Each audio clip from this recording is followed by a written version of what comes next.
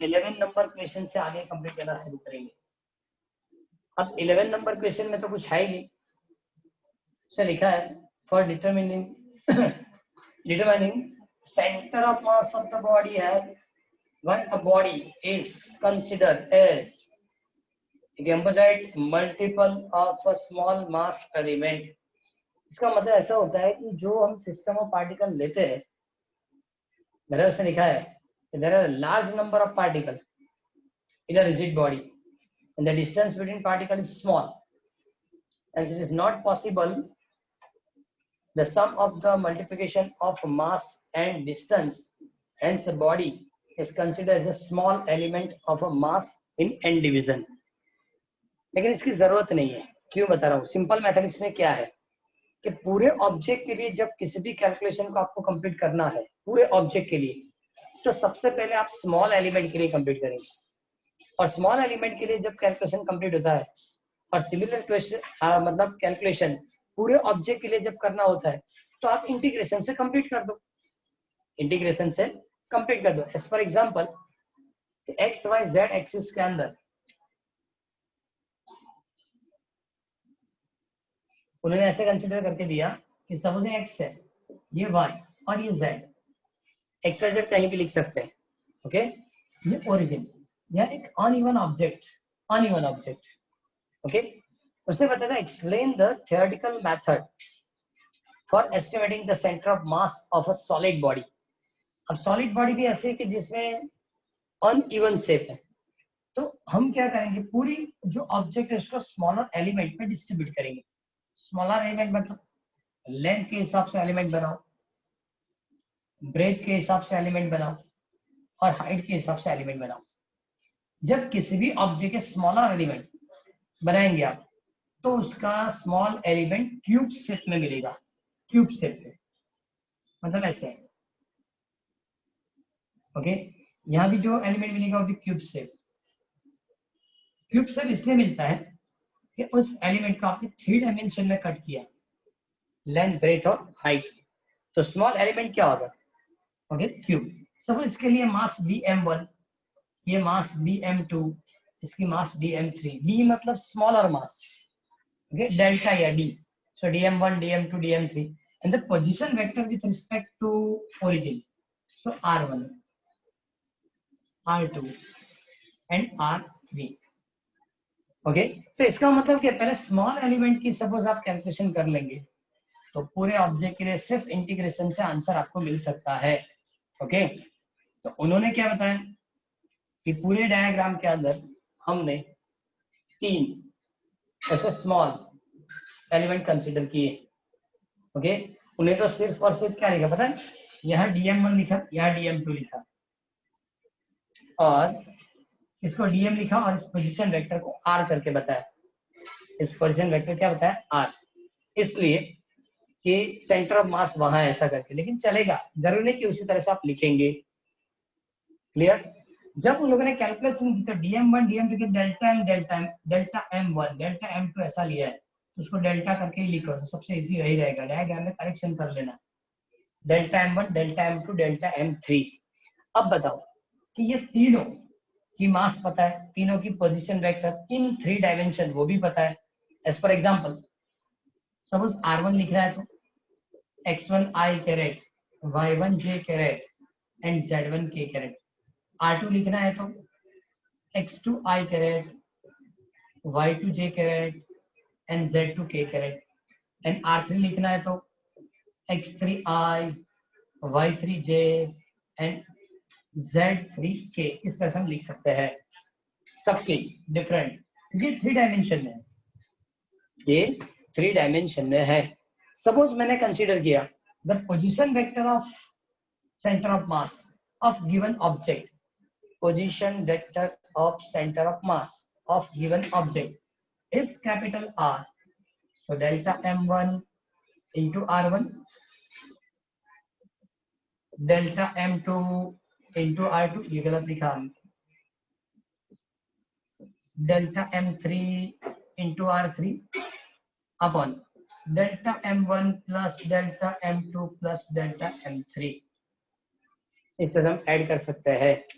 लेकिन एक चीज और, इसमें 3 ही एलिमेंट है, इसमें 3 ही एलिमेंट है नहीं, जब 3 ड्रॉ किए total the number of element n तक जाएंगे, तो dash dash dash delta m n r n ऐसा लिख सकते हैं। ये तो 3 सिर्फ आपको एग्जांपल के तौर पे बताए गए, पूरे ऑब्जेक्ट के अंदर तो नंबर ऑफ एलिमेंट्स n होंगे, कैलकुलेट नहीं कर पाएंगे। तो इसका मतलब delta m1 r1 delta m2 r2 delta m3 r3 up to delta mn rn upon delta m1 plus delta m1 sorry m2 plus delta m3 up to delta mn की तरह लिख सकते हैं। तो इसका मतलब तो सिंपली ऐसा होगा कि vector r is equal to summation, क्या लिखेंगे, delta mi ri upon summation delta mi। Clear? लेकिन समेशन डेल्टा एम आई, हाँ इसको 3 डायमेंशन में हमने लिखा, लेकिन हम 3 डायमेंशन ये आई सॉरी ये वेक्टर है, 3 डायमेंशन में ये इक्वेशन तो हमने लिखा, लेकिन सपोज हम इसको एक्स वाई जेड में सेपरेटली लिखना चाहे तो भी लिख सकते हैं। सबसे पहले तो हम एक काम करेंगे कि here sigma delta m i is equal to capital M, क्योंकि सब एलिमेंट की मास ऐड करो तो ऑब्जेक्ट की टोटल मास मिलेगी, एंड टोटल मास मतलब capital M. So equation is vector r summation delta m i r i upon capital M. Okay, centre of mass of given solid object. Okay, सिर्फ आपको x element लिखनी है या x component लिखनी है, ठीक है, तो 3 डायमेंशन में एक्स कंपोनेंट लिखने है। सपोज मान लो कि इसकी सेंटर ऑफ मास यहाँ ड्रॉ करो इस जगह पे, हैवी बॉडी है, यहाँ सपोज सेंटर ऑफ मास मिल रहा है, तो उसकी पोजीशन वेक्टर को मैं आर बता दूंगा, क्या लिखूंगा आर, और ये 3 डायमेंशन में होगा। एक्स कंपोनेंट क्या होगा, x component is 1 upon capital M integration of x into dm. तो ये कैसे हुआ, इस फॉर्मूला से मैंने लिखा, आर की जगह मैंने एक्स लिखा, 1 अपॉन एम कॉमन रहेगा, ये delta m i r i 3 dimension में था, इसके जगह मैंने इंटीग्रेट, इंटीग्रेट मतलब समेशन की जगह क्या लिखा इंटीग्रेशन, समेशन की जगह क्या लिखा मैंने इंटीग्रेशन मतलब एडिशन, एक्स पोजीशन वेक्टर की जगह आ गया और डेल्टा एम की जगह डीएम हो गया, क्योंकि थर्ड चैप्टर से हम लिख रहे हैं कि जब एलिमेंट स्मॉलर होता है तो डेल्टा की जगह हम डी लिख सकते हैं। ओके, तो ये जो हमने कंप्लीट किया, x equal to 1 upon m integration x into d m, similarly y is equal 1 by m integration y d m, z is equal to 1 upon m integration z d m. Okay, तो इस तरह से हम complete कर सकते हैं। z d M मतलब सबकी x component into DM multiply करना है, सबकी y component into DM multiply करना है और सबको ऐड करेंगे, इसका मतलब वो इंटीग्रेशन होगा। क्लियर? बराबर। और उन लोगों ने ये पूरा आपको 12 नंबर क्वेश्चन में एक्सप्लेन करके दिया है। अब एक चीज और बताइए कि सपोज आपने सेंटर ऑफ मास ओरिजिन पे कंसीडर किया, सेंटर ऑफ मास कहाँ कंसीडर किया मैंने, ओरिजिन पे, तो इसका मतलब ये जो वेक्टर आर है, ये vector r in x y z है, जो भी लिखेंगे इज इक्वल टू 0 हो जाएगा, क्योंकि ये position vector of centre of मास था और यही सेंटर ऑफ मास यहाँ है ओरिजिन पे, मतलब ऑब्जेक्ट यहाँ ड्रॉ करेंगे तो इस पोजीशन वेक्टर की आंसर क्या हो जाएगी 0। अब पोजीशन वेक्टर की आंसर 0 हो गई तो इसका मतलब integration x dm integration y dm integration z dm भी क्या हो जाएगा 0 होगा। एक काम करो, सिर्फ और सिर्फ 12 नंबर क्वेश्चन पहले पढ़ लो, 12 नंबर, सिमिलरली बाद में 13 एक्सप्लेन करते हैं।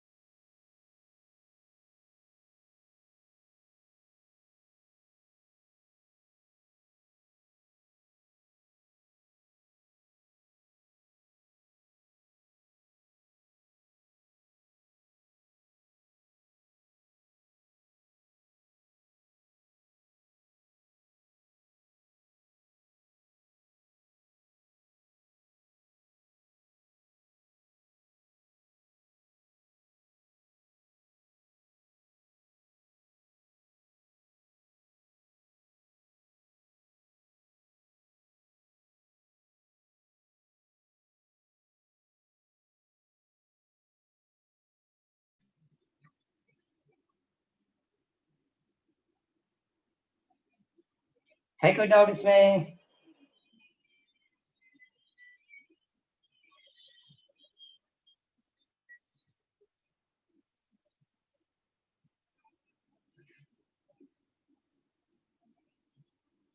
क्योंकि 12 और 13 में नॉर्मल डिफरेंस है। 12 अनइवन शेप के लिए दिया गया है और जो 13 नंबर है वो यूनिफॉर्म डिस्ट्रीब्यूटेड प्रॉपर शेप के लिए दिया गया है।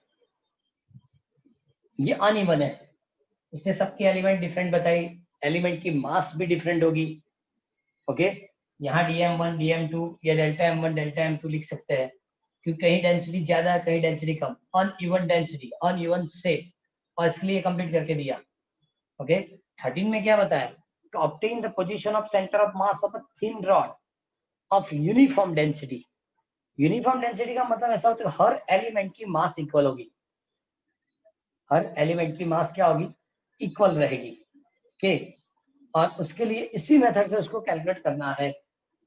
लेकिन बेनिफिट क्या होगा कि यूनिफॉर्म जब डिस्ट्रीब्यूशन होता है तो हम ये तीनों में से किसी भी फॉर्मूला का यूज कर सकते हैं।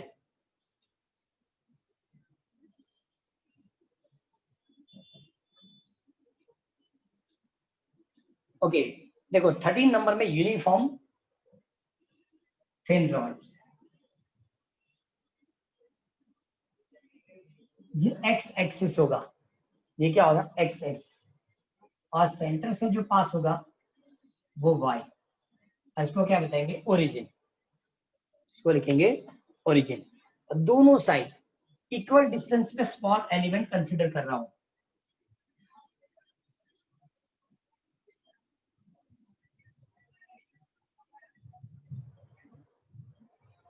क्लियर? ये डिस्टेंस यहां से -x और ये यहां से होगा +x, क्योंकि ये 0 ओरिजिन है इसलिए। ओके, यूनिफॉर्म डेंसिटी मतलब ये dm, तो इसके लिए भी क्या लिखेंगे? dm, मास dm करके इसमें लिख सकते हैं। क्लियर? तो पहले डायग्राम पता चल गया, uniform rod coincide on x axis and इसके लिए centre of mass, centre of mass हमको कैलकुलेट करके देना है। लिखा है taking the origin to be at the geometric centre of a rod and rod on x axis every element, ये sentence important है। ओके, यूनिफॉर्म डेंसिटी होगी, so every element dm of a rod at +x to -x, एक +x पे देख कहाँ होगा? -x, the net contribution of the every such pair the integral and okay, अब देखो एक +x to -x लिखा, थोड़ा और आगे जाएंगे तो ये जितना होगा ये इतना आएगा, लेकिन इंटीग्रेट करेंगे तो क्या होगा? इंटीग्रेट जब करेंगे तो क्या होगा? तो पता है कि पूरा एक्स एक्सिस पे है, तो centre of mass of rod तो एक्स एक्सिस पे रहेगा, तो ये वाली फॉर्मूला यूज कर लो, 1/m इंटीग्रेशन x इंटू क्या लिखेंगे? dm, x into dm। लेकिन dm कितना हो? dm मतलब स्मॉल एलिमेंट की मास, dm मतलब स्मॉल एलिमेंट की मास। ओके, तो ये टोटल जो लेंथ है वो कैपिटल L है, कैपिटल L लेंथ के लिए मास कैपिटल M, तो dm लेंथ के लिए मास कितना होगा? बराबर, dm लेंथ लिखेंगे या dx लेंथ लिखेंगे? क्योंकि dm तो मास है, फिर से L लेंथ के लिए मास M, ये स्मॉल एलिमेंट की लेंथ dx, इसकी भी लेंथ क्या होगी? dx। ओके, टोटल रॉड की लेंथ क्या होगी? L, L के लिए मास M, सो dx लेंथ के लिए मास कितना होगा? तो dx लेंथ की मास को हम dm लिखेंगे, dm is equal to m dx by l। ये पोर्शन फिर से एक्सप्लेन कर रहा हूं, जिसको लीनियर मास डेंसिटी भी बताया जाता है। फिर से रॉड की टोटल लेंथ, क्वेश्चन में अब चेक करो, रॉड की टोटल लेंथ, तो उन्हें तो सिर्फ इतना ही लिखा था, up to the position of the centre of mass of thin rod of a uniform length. लेकिन सपोज मैंने कंसीडर किया टोटल लेंथ कैपिटल L है और मास कितना होगा? कैपिटल M, तो L लेंथ के लिए मास कैपिटल M, तो स्मॉल एलिमेंट की लेंथ dx, तो dx के लिए कितना मास? तो dx की मास होगी dm is called m dx by l, m dx by l। इस तरह से हम ऐड कर सकते हैं। क्लियर? तो चलो इसमें ऐड कर दो। x is equal to 1 by m x into dm, dm मतलब m dx upon l। Okay, जो कॉमन निकल सकता है उसको बाहर ले लो। So 1 by m by l, m upon l बार integration x into dx, m cancel, 1 by l integration x dx के लिए कौन सी फॉर्मूला?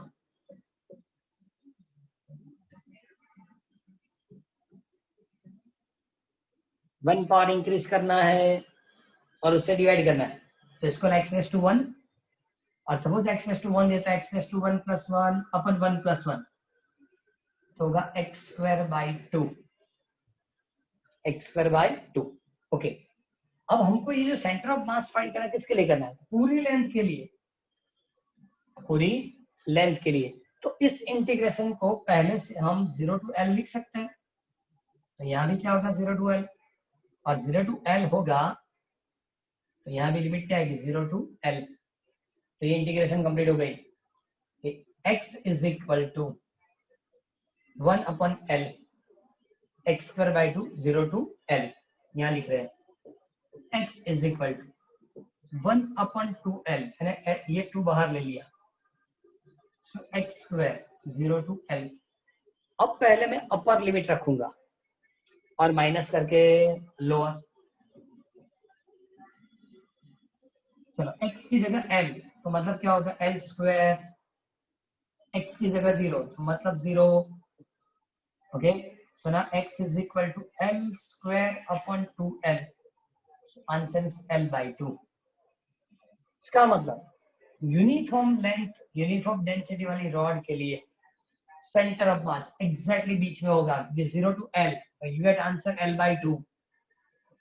मैंने फर्स्ट कल एक्सप्लेन किया था कि सपोज इस पेन को बैलेंस में रखना है तो सेंटर में आपको सपोर्ट देना पड़ेगा, because centre of mass centre में ही होगा।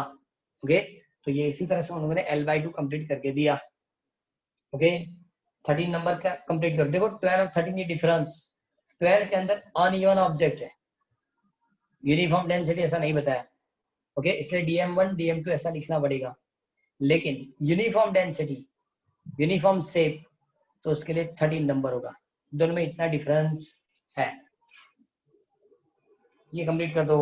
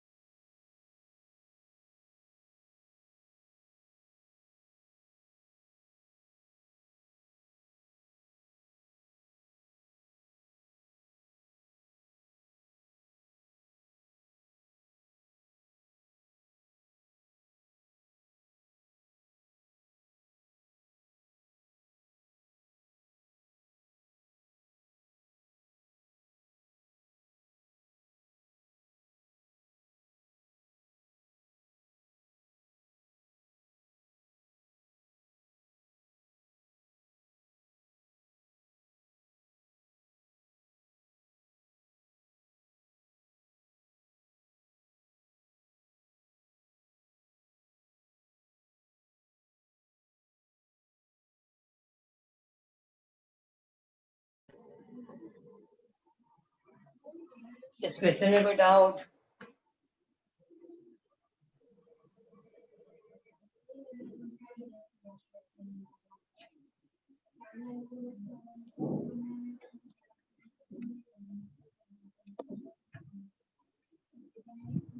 Complete?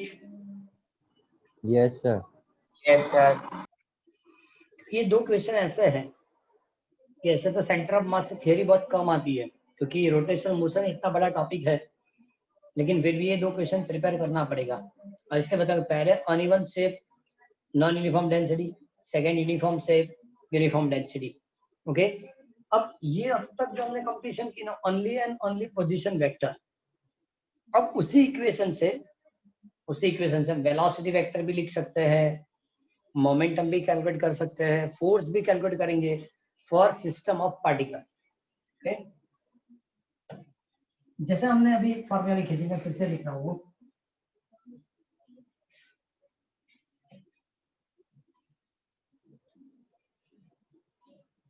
Vector R C M is equal to m1 r1, m2 r2, mn rn upon m1 plus m2 up to mn। ये 3 डायमेंशन के अंदर पोजीशन वेक्टर की फॉर्मूला है। Okay, position vector, लेकिन उसी particle के वेलोसिटी के लिए वेक्टर लिखना हो तो सो VCM इक्वल टू, ये पोजीशन वेक्टर था तो यहाँ पोजीशन वेक्टर लिखा। अब वेलोसिटी वेक्टर चाहिए तो m1 v1, m2 v2, mn vn अपन m1 plus m2 plus mn। अब देखो टेक्स्ट बुक में तो हम लोगों ने डायरेक्टली ये लिख दिया, लेकिन मैं आपको इसको सिंप्लीफाई करके दे सकता हूँ कि इसमें कुछ है ही नहीं, तो सिंपल चीज है, ये सिंपल चीज है। कैसे? तो डिनोमिनेटर के अंदर m1 plus m2 plus m3 up to mn, इसके total mass of system of particle.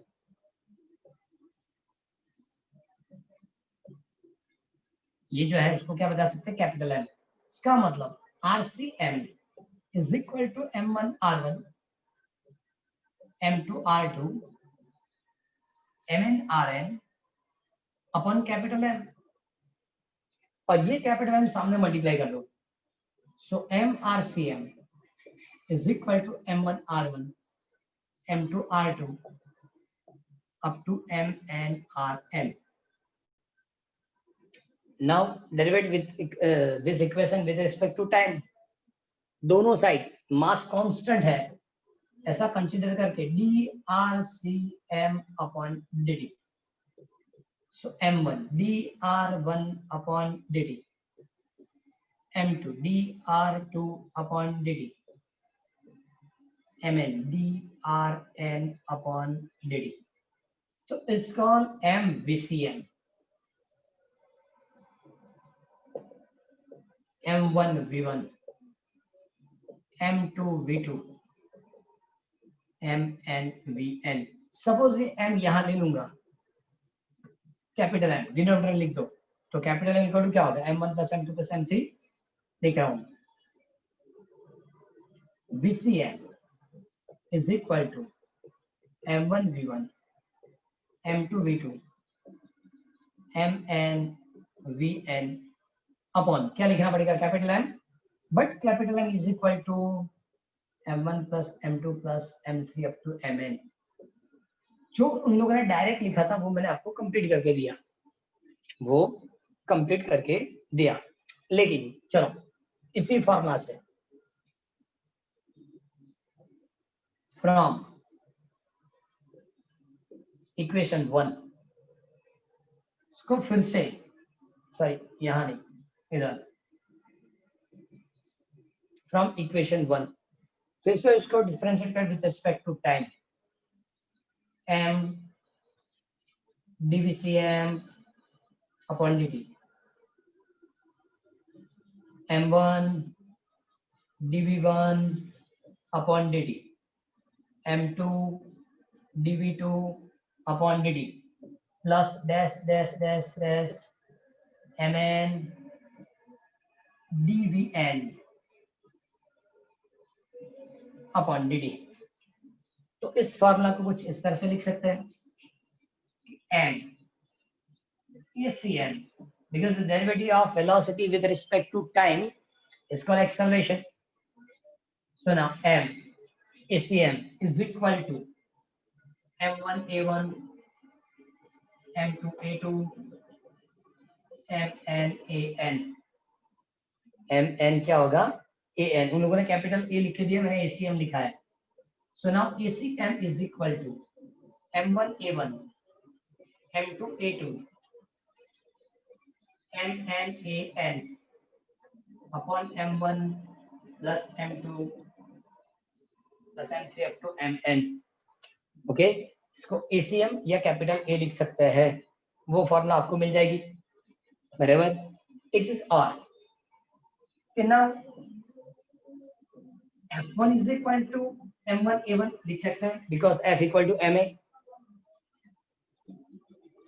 f2 is equal to m2 a2 भी लिख सकते हैं, तो इस तरह से फॉर्मूला ऐसे भी होगी, m ACM is equal to f1 plus f2 up to fn, up to fn, and therefore f1 plus f2 plus f3 सभी फोर्स को आप ऐड करेंगे, so m ACM is equal to capital F।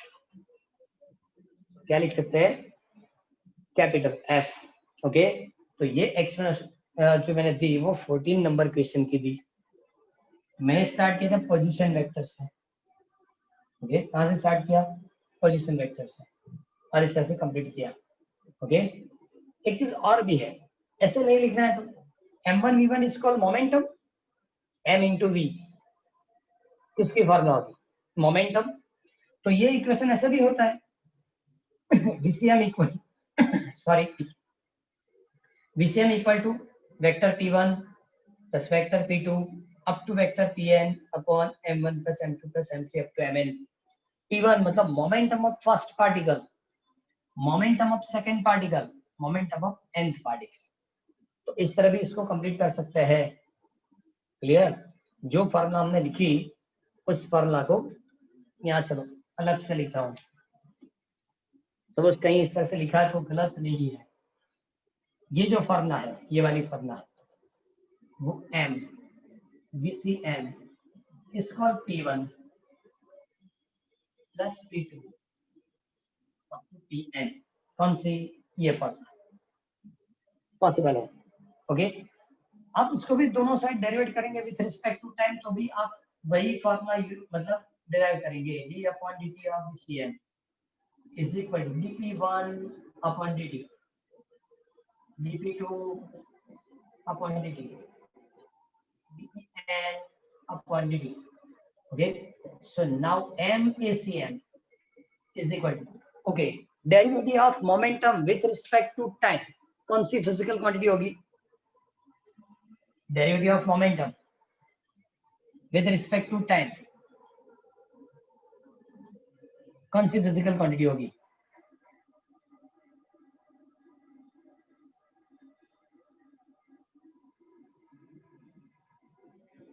Derivative of momentum with respect to time, ये कौन सी physical quantity है। Okay, पहले मुझे ये बताओ, न्यूटन सेकंड लॉ की स्टेटमेंट क्या थी,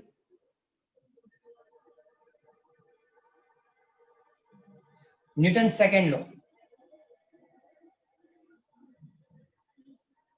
इक्वेशन या स्टेटमेंट ऐसा कुछ याद है, Newton second law chapter number 5th, जो 7th कंप्लीट कर रहे हो, 5th चैप्टर में F is equal to ma। F is equal to ma।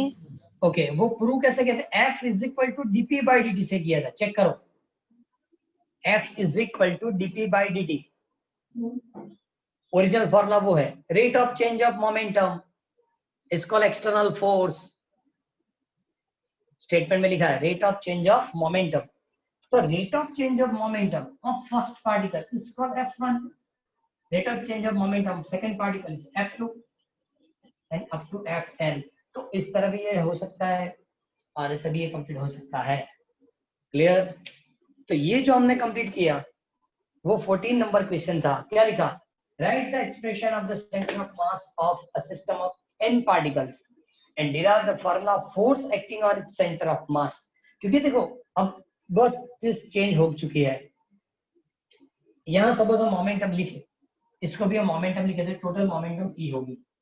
Okay, तो आज हमने दो ऐसी फॉर्मूला कंप्लीट की जो हम पहले से जानते थे, जैसे m VCM is equal to vector p, okay, और एक ये one MACM is equal to vector f।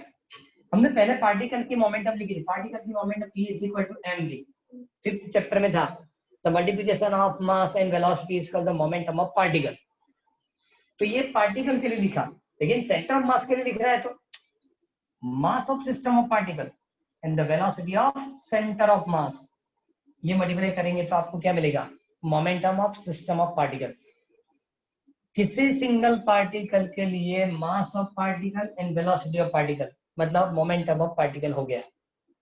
लेकिन momentum of system of particle, तो mass of system of particle मतलब मास पूरे सिस्टम का, लेकिन velocity only and only centre of मास। तो multiplication of total mass of system and velocity of centre of mass is called the momentum of system of particle.